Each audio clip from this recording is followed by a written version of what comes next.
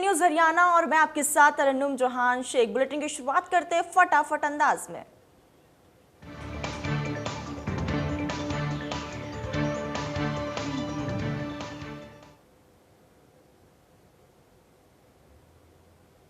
महीने भर कोरोना से जूझने के बाद फ्लाइंग सिख मिल्खा सिंह जिंदगी की जंग हार गए। इसी हफ्ते उनकी पत्नी निर्मल मिल्खा सिंह का देहांत भी कोरोना की वजह से हो गया था।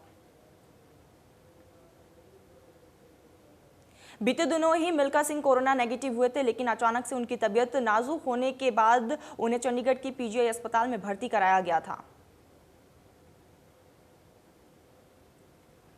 मिल्खा सिंह का अंतिम संस्कार चंडीगढ़ के सेक्टर 25 स्थित शमशान घाट में किया जाएगा। अंतिम दर्शन के लिए उनका पार्थिव शरीर उनके सेक्टर 8 स्थित घर पर रखा जाएगा। मिल्खा सिंह के निधन पर राष्ट्रपति कोविंद, प्रधानमंत्री नरेंद्र मोदी, गृह मंत्री अमित शाह जैसे राजनेताओं के अलावा फिल्म और क्रिकेटर जगत से भी लोगों ने दुख जताया। राष्ट्रपति रामनाथ कोविंद ने मिल्खा सिंह के निधन पर ट्वीट कर लिखा है कि उनके संघर्ष की कहानी और उनके चरित्र की ताकत भारतीयों की पीढ़ियों को प्रेरित करती रहेगी। परिवार के सदस्यों और अनगिनत प्रशंसकों के प्रति मेरी गहरी संवेदना।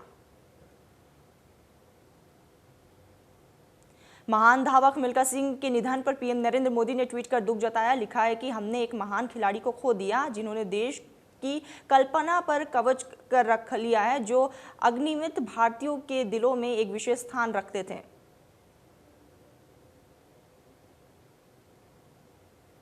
सीएम मनोहर लाल ने ट्वीट कर लिखा है कि भारत ने सितारा खो दिया। हर भारतीय को देश के लिए चमकने के लिए सदैव प्रेरित करते रहेंगे। फ्लाइंग सिख हमेशा भारतीयों के दिलों में जीवित रहेंगे।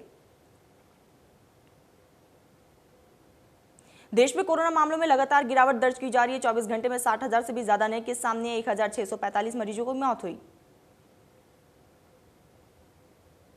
दूसरी लहर के बीच अब देश में एक्टिव केस 7 लाख से भी ज्यादा। कोरोना मरीजों के ठीक होने की रिकवरी रेट में बढ़त देखी गई है। 24 घंटे में 97,000 से भी ज्यादा मरीज रिकवर हुए। महाराष्ट्र में कोरोना का केस लगातार कम हो रहे हैं। एक दिन में महाराष्ट्र में कोरोना के 9,000 से भी ज्यादा नए मामले सामने हैं, जबकि 14,000 कोविड मरीज ठीक हुए। 648 मरीजों की जान चली गई। दिल्ली में 24 घंटे में 165 से भी ज्यादा नए केस सामने आए। 14 मरीजों ने दम तोड़ दिया। दिल्ली में अब 2,000 से भी ज्यादा एक्टिव केस। प्रदेश में कोरोना के 200 नए केस सामने आए। 24 घंटे में 36 लोगों की जान चली गई। 460 से भी ज्यादा मरीज ठीक हुए। अब एक्टिव केस 2,000 से ज्यादा।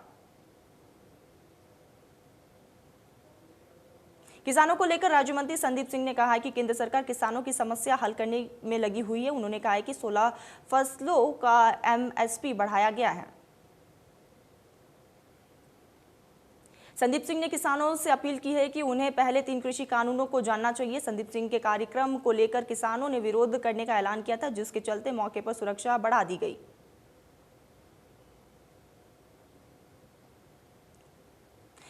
पलवल के लघु सचिवालय में ग्रीवेंस कमेटी की मीटिंग हुई है, जिसकी अध्यक्षता हरियाणा के सहकारिता मंत्री बनवारी लाल ने की है। इस दौरान ग्रीवेंस कमेटी की पटल पर 13 शिकायतों में से 6 शिकायतों का निपटारा किया गया। बाकी बची 7 शिकायतें शिकायतकर्ताओं के मौजूद न होने पर और दूसरी वजह से पेंडिंग में रखी गई है। वही ग्रीवेंस की मीटिंग में फर्जी बुढ़ापा पेंशन का मुद्दा भी उठाया गया। पलवल में विधायक दीपक मंगला और ग्रीवेंस कमेटी के सदस्य जयसिंह चौहान ने समाज कल्याण विभाग के कर्मचारियों पर 60 साल से कम उम्र के लोगों से पैसे लेने और पेंशन बनाने के आरोप लगाए, जिस पर जांच के आदेश दिए। सामाजिक न्याय और अधिकारिता मंत्री ओम प्रकाश यादव ने रेवाड़ी में ग्रीवेंस कमेटी की बैठक ली है। बैठक में 27 में से 27 परिवादों का समाधान किया गया। मुख्य मुद्दे विराट अस्पताल में ऑक्सीजन की कमी से हुई मौत रहा।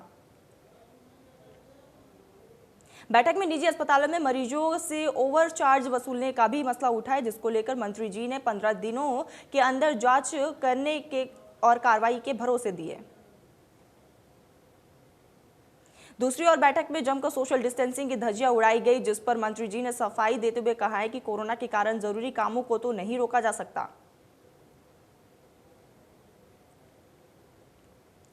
मंच पर बैठे सामाजिक न्याय अधिकारिता मंत्री ने खुद भी मास्क लगाना उचित नहीं समझा था। हालांकि उन्होंने बैठक को कवर करने पहुंचे मीडिया कर्मियों की संख्या पर जरूर सवाल खड़ा किया। इनेलो नेता अभय चौटाला ने अंबाला में जिला स्तरीय कार्यकर्ता मीटिंग में शिरकत की। इस दौरान उन्होंने कार्यकर्ताओं को पार्टी मजबूर करने के लिए जनता के बीच जाने के निर्देश दिए। अभय चौटाला ने कहा कि हमारे कार्यकर्ता बीजेपी सरकार के 600 दिनों की विफलताओं और गलत फैसलों को लेकर जनता तक जाएगी। अभय ने दुष्यंत चौटाला को रास्ते से भटका हुआ इंसान करार दिया। किसान आंदोलन को लेकर अभय चौटाला ने कहा कि आंदोलन पूरी तरह से शांतिपूर्ण चल रहा है। किसी भी व्यक्ति ने किसान आंदोलन के खिलाफ शिकायत नहीं की। सरकार झूठी शिकायतें करवा रही है।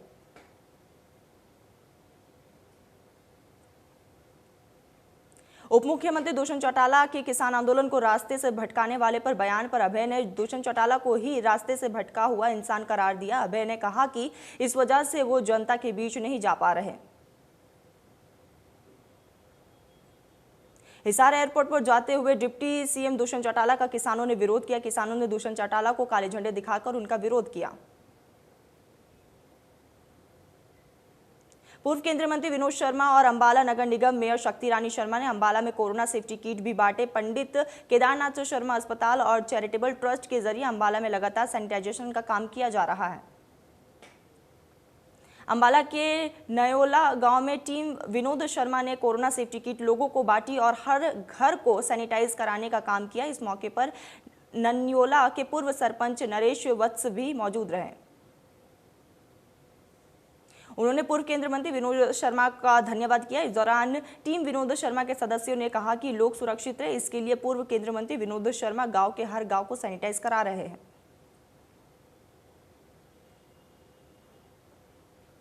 जो लोग कोरोना का टीका लगवाने जाना चाहते हैं और असहाय है, उनकी मदद के लिए ई रिक्शा भी चलाए गए हैं। इसके अलावा भी यदि लोगों को जागरूक जरूरत है तो पूर्व केंद्रीय मंत्री विनोद शर्मा हर समय मदद के लिए तत्पर है। केरल में दुकानदारों का कहना है कि अभी कोरोना संक्रमण का खतरा टला नहीं है। ऑड इवन नियम को लागू करने की जरूरत है। प्रदेश में कोरोना का कहर कम होने पर ऑड इवन नियम हटा दिया गया है और सभी दुकानें खोलने की अनुमति दी गई। दुकानदारों को अब भी मंदी की मार झेलनी पड़ रही है। दुकानों पर ग्राहक ना के बराबर आ रहे। दुकानदारों का कहना है कि ऑड इवन लागू कर सुबह 9 बजे से दोपहर 3 बजे तक दुकानों को खोलने का समय रखा जाना चाहिए। हरिद्वार में कुंभ मेले के दौरान हुए कोविड टेस्ट घोटाले पर स्वास्थ्य विभाग ने एफआईआर दर्ज कराई है। हरिद्वार सीएमओ ने दी निजी टेस्टिंग लैब और मैक्स कॉर्पोरेट सोसाइटी के खिलाफ शिकायत देते हुए केस दर्ज किया। स्वास्थ्य विभाग ने सैंपल टेस्टिंग का मैक्स कॉर्पोरेट सर्विस को ठेका दिया था, जिसने कुछ निजी लैबों को इसका जिम्मा सौंपा था और आरोप है कि इन्होंने फर्जी नेगेटिव कोविड जांच रिपोर्ट जारी की। कांग्रेस ने पिछले दिनों सिरसा के साथ साथ हरियाणा के कई जिलों में ऑक्सीजन कंसंट्रेटर बांटे थे, जिस पर विवाद हो गया है। कंसंट्रेटर पर खालसा एंड अंकित किया गया है, जिसका जेजेपी और इनेलो ने विरोध किया। जेजेपी जिला अध्यक्ष ने इस कांग्रेस की घटिया मानसिकता का परिचय बताया है, तो वही डबवाली से कांग्रेस विधायक अमित सिहाग ने पलटवार करते हुए दोनों पार्टियों पर हमला बोला। आईएमए के आह्वान पर जिंद के निजी अस्पतालों में ओपीडी सेवाएं बंद रही। इलाज के दौरान डॉक्टर पर हिंसात्मक घटनाओं के विरोध में डॉक्टर हड़ताल पर रहे। हड़ताल के दौरान इमरजेंसी सेवाएं जारी रहेंगी। डॉक्टर्स ने सरकार से कानून बनाने की मांग की और बाबा रामदेव की बयानों पर भी विरोध जताया। कहा कि अपनी दवाई बेचने के लिए वो ऐसे बयान दे रहे हैं। अंबाला में प्राइवेट अस्पताल में डॉक्टर्स ने ओपीडी सेवा 4 घंटे के लिए बंद रखी और काली पट्टी बांधकर डॉक्टर्स पर हमले का विरोध जताया। इससे मरीजों को दिक्कतों का सामना करना पड़ा।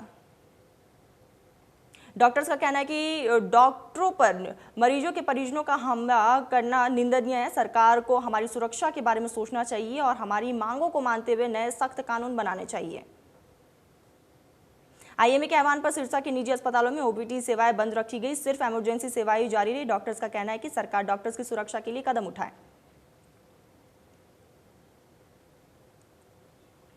किसानों के मुद्दे पर गृह मंत्री अनिल विज ने कहा है कि अलग अलग दिशा में अलग अलग तरह के घटनाएं सामने आ रहे हैं। आंदोलन प्रजातांत्रिक अधिकार है, लेकिन आंदोलन की आड़ में कानून को अपने हाथ में ना लिया जाए। कोरोना को लेकर विज ने कहा है कि तीसरी लहर को देखते हुए सभी प्रबंध किए गए हैं। कोरोना वायरस की दूसरी लहर का असर अब बहुत कम हो गया है, मगर स्वास्थ्य विभाग की टीम मुस्तैद है। पानीपत नगर निगम में स्ट्रीट लाइट घोटाले को लेकर उन्होंने कहा है कि घोटाले की जांच जारी है, जैसी रिपोर्ट सामने आएगी दोषियों को बख्शा नहीं जाएगा।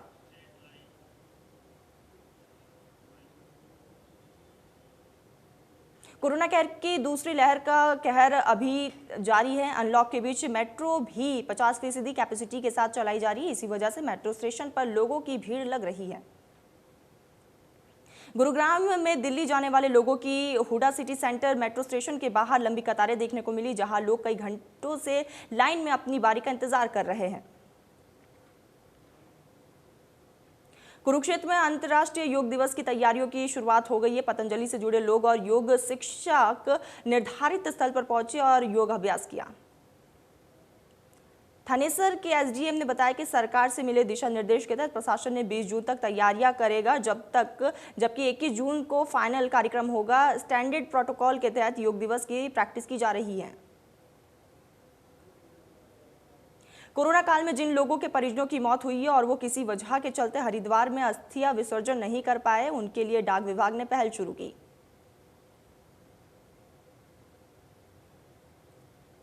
सिवानी मंडी में पुलिसकर्मी इकबाल सिंह को विजिलेंस की टीम ने 10,000 रुपए की रिश्वत लेते रंगे हाथों गिरफ्तार किया। पैसे के लेन देन के एक केस में समझौता करने के नाम पर मांगे थे 50,000 रुपए। झज्जर में खेत में अज्ञात युवक का शव फंदे पर लटका हुआ मिला। जांच अधिकारी ने कहा कि पुलिस को सूचना मिली है, मौके पर जाकर शव को फंदे से उतारा गया। अभी मृतक की पहचान नहीं हो पाई है। बहादुरगढ़ में हैरान करने वाला मामला सामने आया। डॉक्टर ने 6 साल के मासूम को मृत घोषित कर दिया था, लेकिन मां की पुकार से बच्चे की दोबारा सांसें चलने लगी। बच्चे को मृत बताकर उसे पैक करके परिजनों को सौंप दिया गया था, लेकिन चमत्कार हुआ है, घर जाकर बच्चा फिर से जिंदा हो गया। अब रोहतक के एक निजी अस्पताल में बच्चा वापस अपने घर पर पहुंच चुका है। कुरुक्षेत्र में सूरजमुखी की फसल की मेरी फसल मेरा ब्यूरो के पोर्टल से डाटा डिलीट होना किसानों के लिए इस कदर जी का जंजाल बन गया है कि फसल बेचने के लिए किसान दर दर की ठोकरें खा रहे हैं। किसानों का कहना है कि अगर वो फसल को प्राइवेट सेक्टर में भेजते हैं तो उन्हें 3500 रुपये प्रति क्विंटल के हिसाब से पैसे मिलते हैं, जबकि सरकारी रेट 5,885 रुपये का है। मंडी सेक्टरों की डाटा की समस्या बताई गई।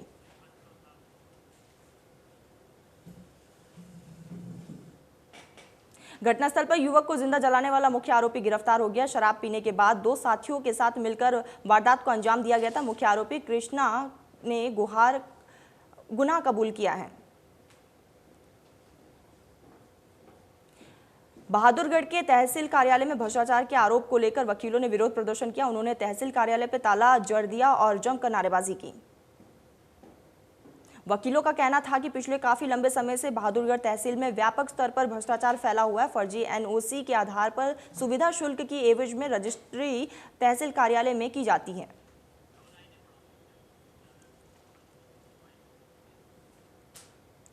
थानेसर विधायक सुभाष सुधा दूसरे दिन पिपली से 3rd गेट सड़क और नाला निर्माण कार्यों का निरीक्षण करने पहुंचे। उन्होंने कहा कि कार्य में कोताही बिल्कुल भी बर्दाश्त नहीं। विधायक सुभाष सूद ने कहा है कि लापरवाही करने वाले कर्मचारियों अधिकारियों के खिलाफ सख्त कार्रवाई की जाएगी। विधायक ने कहा है कि विभाग के अधीक्षक अभियंता और मुख्य अभियंता भी निरीक्षण करने के लिए आए हैं। उन्होंने कहा है कि यदि निर्माण कार्य संतोषजनक नहीं हुआ तो वे रोजाना दौरा करने आएंगे। गुरुग्राम में सेक्टर 14 हुड्डा गार्डन पार्क को सरकार 500 करोड़ 7 लाख की लागत से एक अलग म्यूजियम पार्क बनाने जा रही है। लोगों का मानना है कि म्यूजियम पार्क के काम चलते पार्क में लगे पेड़ पौधों को नुकसान पहुंचाया जा रहा है, जिसके चलते आरडब्ल्यू के लोगों के जिला प्रशासन और सीएम विंडो तक शिकायत कर कार्रवाई की मांग की। प्रशासन और पार्षद हर तरफ कंक्रीट से पक्का काम कर देखने तो बरसात में पानी सूखने के लिए जमीन ही नहीं बचेगी। हिसार में तकनीकी स्टाफ की कमी और अन्य मांगों को लेकर all Haryana power corporation worker union ने हांसी सब यूनिट में एसडीएमओ कार्यालय के सामने चौथे दिन भी धरना दिया।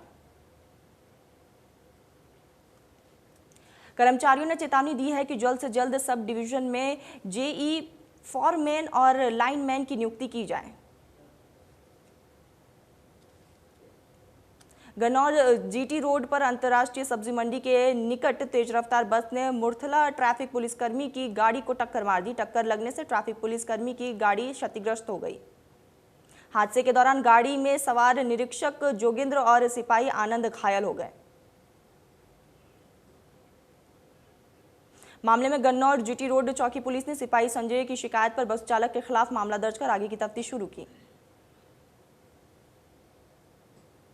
कोसली के गांव फतेहपुर और दरडोली में आवारा कुत्तों की गांव वालों में दहशत फैली हुई है। हाल ही में कुत्तों ने एक महिला को काट लिया जिससे उसकी मौत हो गई। पलवल में सरकारी नौकरी लगवाने के लिए लोगों को फर्जी नियुक्ति पत्र जारी कर ठगी करने के मामले का पर्दाफाश हुआ है। मामले में चांदहट थाना पुलिस ने 2 आरोपियों को गिरफ्तार किया।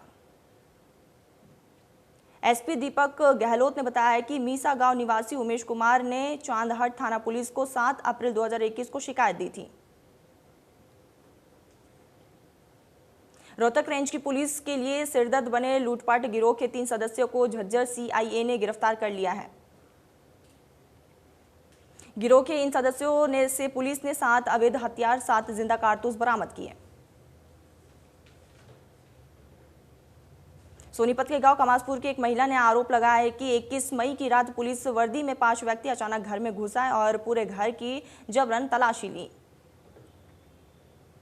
मामले में एसपी जश्नदीप रंधवा ने बताया कि बड़ी इंडस्ट्री एरिया थाना के इंस्पेक्टर रविंद्र अपनी टीम के साथ महिला के घर पर गए थे। मुरादाबाद गांव में राहुल खान की हत्या के मामले में एक आरोपी को पुलिस ने गिरफ्तार किया है।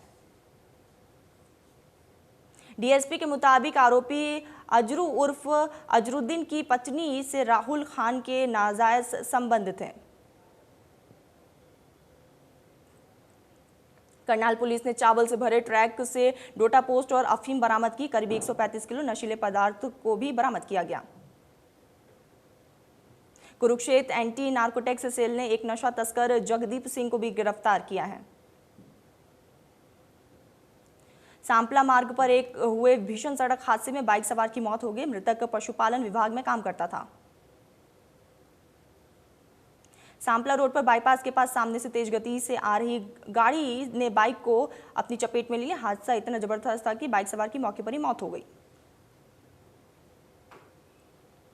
महेंद्रगढ़ में 12 जून की रात को धार्मिक स्थल बाल चरित्र निर्माण सभा के दफ्तर में तोड़फोड़ करने के मामले में पुलिस ने 2 आरोपियों को गिरफ्तार किया। पानीपत के गांव सिवहा में अंतर्राष्ट्रीय मुकाबलों के दौरान अच्छी प्रतिस्पर्धा के लिए हाईटेक स्टेडियम का निर्माण किया जा रहा है। ट्रैक पर खिलाड़ी डर के साए में प्रैक्टिस करते हैं। स्टेडियम में विभाग ने सिंथेटिक ट्रैक का निर्माण कराया है। खिलाड़ियों ने प्रशासन से गुहार लगाई कि जल्द ही खंबे को यहां से हटाया जाए। सिरसा जिले के गांव जोधका की रहने वाली सविता पुनिया को महिला हॉकी टीम के बतौर गोलकीपर सिलेक्ट किया गया। परिवार और गांव के लोगों ने बेटी समेत पूरे महिला हॉकी टीम की कामयाबी के लिए प्रार्थना की। परिजनों ने उम्मीद जताई कि राष्ट्रीय और अंतर्राष्ट्रीय प्रतियोगिता में भारत को मेडल दिलाने वाली सविता अब ओलंपिक में भी मेडल जीतकर देश का नाम रोशन करेगी।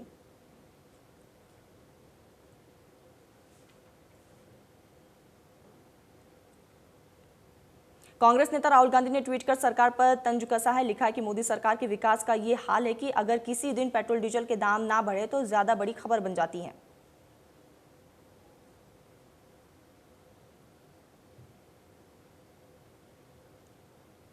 प्रधानमंत्री नरेंद्र मोदी ने वीडियो कॉन्फ्रेंसिंग के जरिए कोविड-19 फ्रंटलाइन वर्कर्स के लिए विशेष परीक्षण कार्यक्रम का शुभारंभ किया, जिसके साथ 26 राज्यों में 111 परीक्षण केंद्र बनाए जाएंगे। पीएम मोदी ने कहा कि कोरोना से लड़ रही फोर्स को सपोर्ट करने के लिए देश में करीब 1 लाख युवाओं को ये ट्रेनिंग दी जाएगी। पीएम मोदी ने कहा कि कोरोना वायरस हमारे बीच अभी भी है और इसके म्यूटेड होने की संभावना भी बनी हुई है, इसीलिए हर इलाज और सावधानी के साथ आने वाली चुनौतियों से निपटना होगा। पीएम मोदी ने कहा कि देश में 1 लाख फ्रंटलाइन कोरोना वॉरियर्स तैयार करने का महाअभियान शुरू किया गया। पीएम मोदी ने कहा कि बीते 7 साल में देश में नए एम्स, नए मेडिकल कॉलेज, नए नर्सिंग कॉलेज के निर्माण पूरे बल दिया जा रहा है।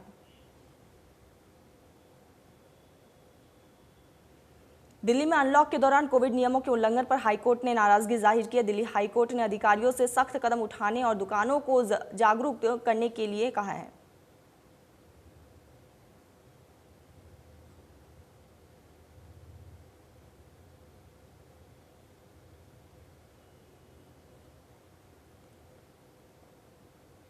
दिल्ली के बाजारों में नियमों के उल्लंघन पर हाईकोर्ट ने कहा है कि कोविड के दिशा निर्देश के ऐसे उल्लंघन के संक्रमण की तीसरी लहर को बढ़ावा मिलेगा, जिसकी बिल्कुल भी अनुमति नहीं दी जा सकती। दिल्ली में अनलॉक की प्रक्रिया शुरू होने के बाद से बाजारों में भारी भीड़ देखने को मिल रही है। इस दौरान कोविड के प्रोटोकॉल, सोशल डिस्टेंसिंग का भी उल्लंघन हो रहा है।